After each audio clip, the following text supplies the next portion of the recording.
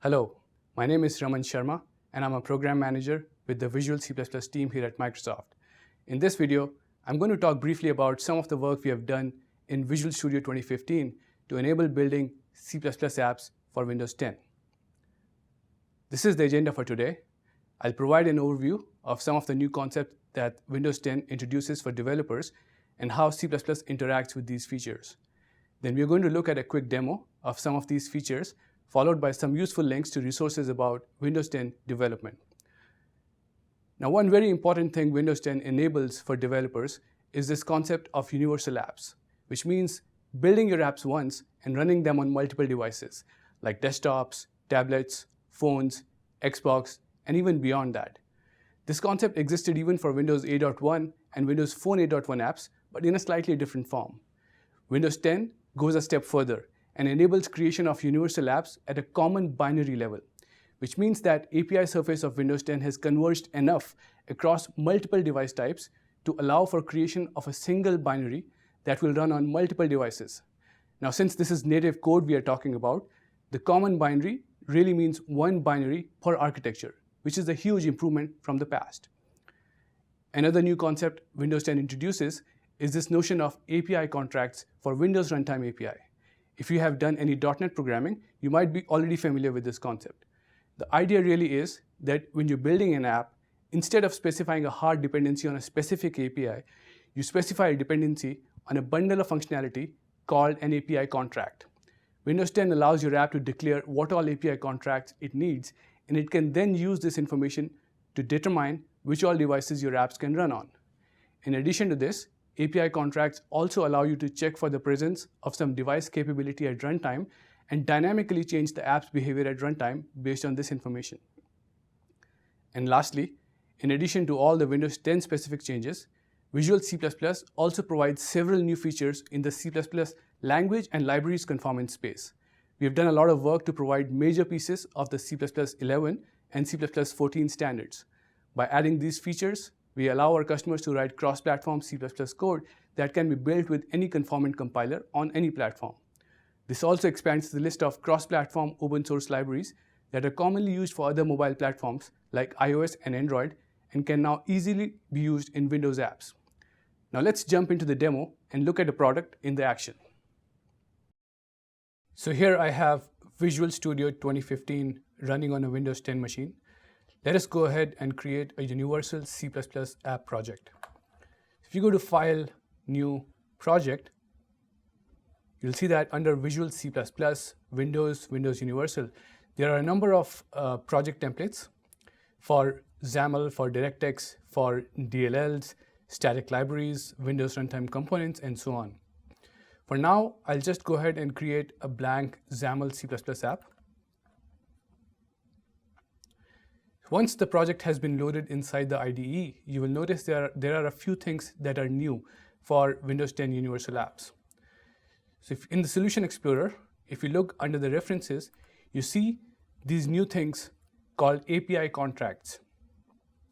Now, from a developer's perspective, these API contracts are nothing but Windows metadata files which live somewhere inside the Windows SDK. Windows 10 exposes a number of API contracts. However, these three are a part of the Universal App platform, which means that they are always present on any device, which means that every time you create a Universal App project using Visual Studio, these API contracts are always added to your project. At build time, these API contracts are passed along to the C++ compiler. The compiler understands the format of these contract WinMD files and allows the user to call any API specified inside these WinMD files. The second new thing is inside this file called package.apexmanifest. So this file is basically what determines the shape and the target of your application package. So if you notice, there's a new thing here called target device family. What this is saying is that your app package can target any device which is a part of the Windows.Universal target device family, which means the same app package can be installed and run on Xbox, desktop, as well as mobile apps. So let us close these files and go ahead and write some simple XAML code by opening up the main page.xaml file.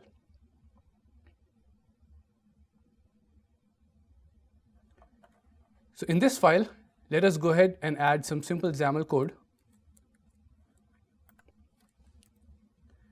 So this code, what it does is it just brings up a text block in the center of the window, and we'll see how this text block appears both on desktop as well as a mobile emulator. So let us go ahead and save this file. Now I know that I can write the same UI which appears in a device appropriate fashion for both desktop as well as mobile device. But what if I want to write some code inside my app so that my app does something specific while working on a mobile device? How do I do that? So the first step to do that is by adding a reference. You add a reference to something called Microsoft Mobile Extension SDK for Universal Apps. And once you do that, you'll notice that under the References node, a whole new set of API contracts now show up. All of these are phone-specific API contracts which allow your app to call into some phone-specific functionality. Now you can open up your code file, which is the main page.xaml.cpp file, and you can directly write some code to call some phone-specific API.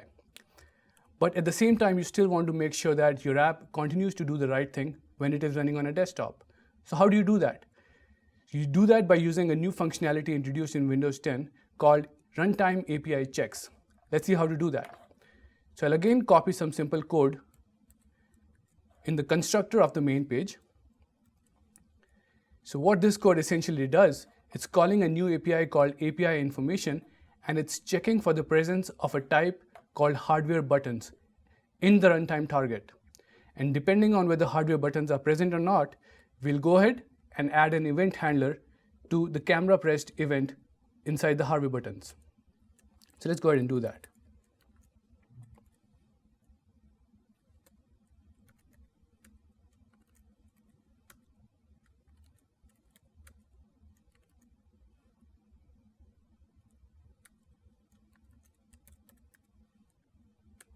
So this is the event that I want to add an event handler to.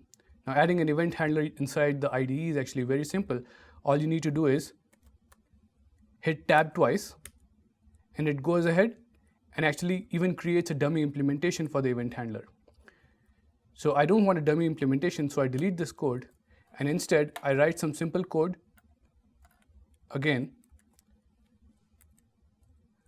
to throw up a message dialog every time the button is hit. So that's it. Let's go ahead and build the app.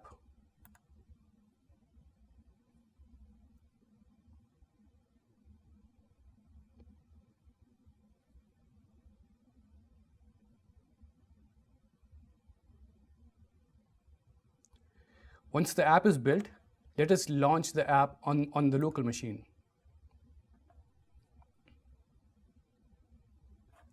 So the app actually launches on the local machine, and you see that Windows 10, the text is centered inside the window. The one different thing you'll notice here is that this is not a full screen app, which is a new thing in Windows 10 for universal apps running on desktop devices. So let's close this. And instead of running on the local machine, let us launch on a mobile emulator this time. Select the mobile emulator and hit run. So you'll notice that Visual Studio did not have to rebuild the app. It basically takes the same set of binaries and deploys them to the phone emulator and launches the app. You'll see that here, Windows 10, the text actually appears in the center of the window, but in a full screen window, because that is what makes sense on a mobile device. Additionally, if I go ahead and press this hardware button, which is present on the mobile emulator itself, you'll see the message box called camera pressed pops up. So that was a really quick overview of the new features. There is much more to the story, and here are some useful resources if you want to learn more about Windows 10 developer experience or Visual C++ in general. There is the Visual C++ blog, where we blog about all the work that C++ team does. Building Apps for Windows blog is where you'll find useful information about Windows developer experience. And the last one is the link to the Windows Insider program, through which you can find out how to get quick access to early builds of both Windows 10 and the associated developer tools. That's all we have for today. We hope you will like these new features. We look forward to your feedback. Thanks for watching.